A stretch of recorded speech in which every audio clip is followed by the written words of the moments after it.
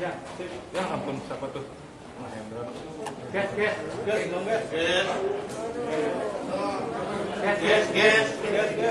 Halo guys. Hai guys. Aduh guys.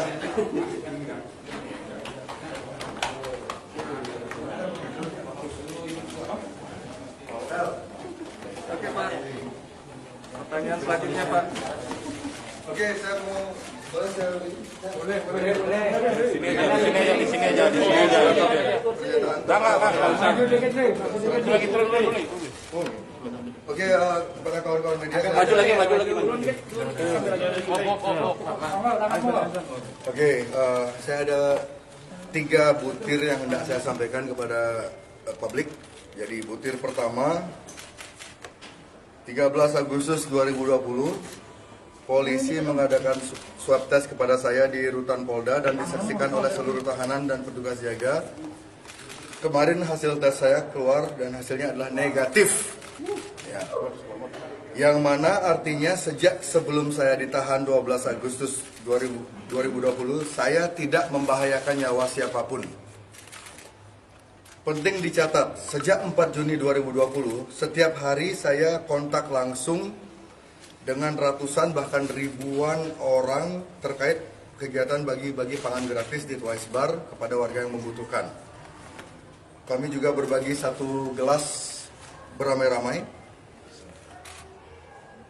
Jika saya boleh memberi masukan, sebaiknya ID atau Kementerian Kesehatan meneliti kondisi saya untuk menemukan penjelasan ilmiah kenapa saya tidak terjangkit COVID-19.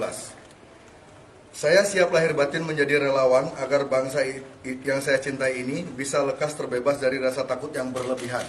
Poin kedua, sebagai warga negara Indonesia, saya berhak mengajukan penangguhan, penahanan, dan hal ini dilindungi oleh undang-undang. Saya mengajukannya bukan karena saya cengeng, tapi karena saya melihat banyak sekali kejanggalan dan konflik kepentingan dalam kasus saya. Detail kejanggalannya bisa dipelajari di tayangan Hot Room-nya Hotman Paris yang membahas kasus saya, ada di YouTube. Tolong dicatat, saya belum dinyatakan bersalah oleh pengadilan, jadi biarkan saya bertarung di pengadilan, dan apapun keputusan pengadilan nanti saya akan terima dengan kesatria. Sekali lagi, saya bukan cengeng, saya tidak cengeng. Yang cengeng itu adalah mereka-mereka yang melanggar protokol kesehatan, namun lepas dari jerat hukum karena mereka dekat dengan kekuasaan. Yang belengih sejati itu adalah mereka-mereka yang tidak pernah memberi makan warganya, tetapi menertawai sesama rakyatnya yang berjuang mati-matian, memberi makan ratusan perut kelaparan setiap hari tanpa pamrih.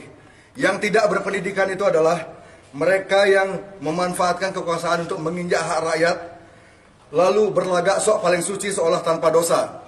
Leluhur Bali tidak buta, karma akan datang. Poin terakhir, yang ketiga, saya mohon kepada kawan-kawan saya yang santun, kawan-kawan saya yang cerdas, yang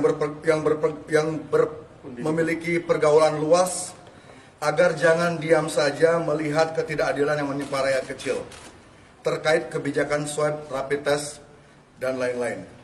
Negara kita memiliki anggaran ratusan triliun rupiah, sudah seharusnya tidak ada lagi yang namanya rakyat, terutama rakyat tidak mampu membayar swab test atau rapid test, dan dengan anggaran sebanyak itu, sudah seharusnya tidak ada lagi yang namanya warga kita yang kelaparan akibat pandemi.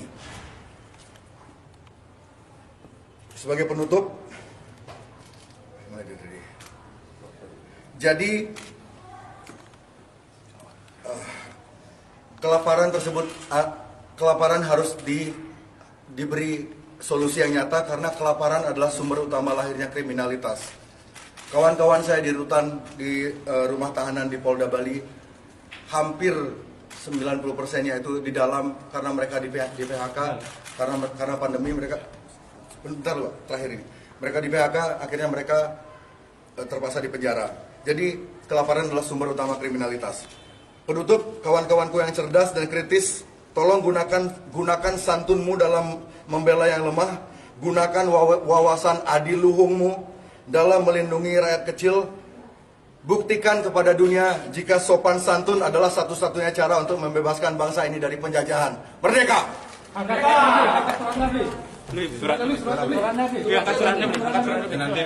Nanti suratnya akan difoto di Instagram istri saya ya. Nanti suratnya akan ada di istri saya sama. Jaga jarak juga, jaga jarak. Kalau dia merasa ya. Jaga jarak.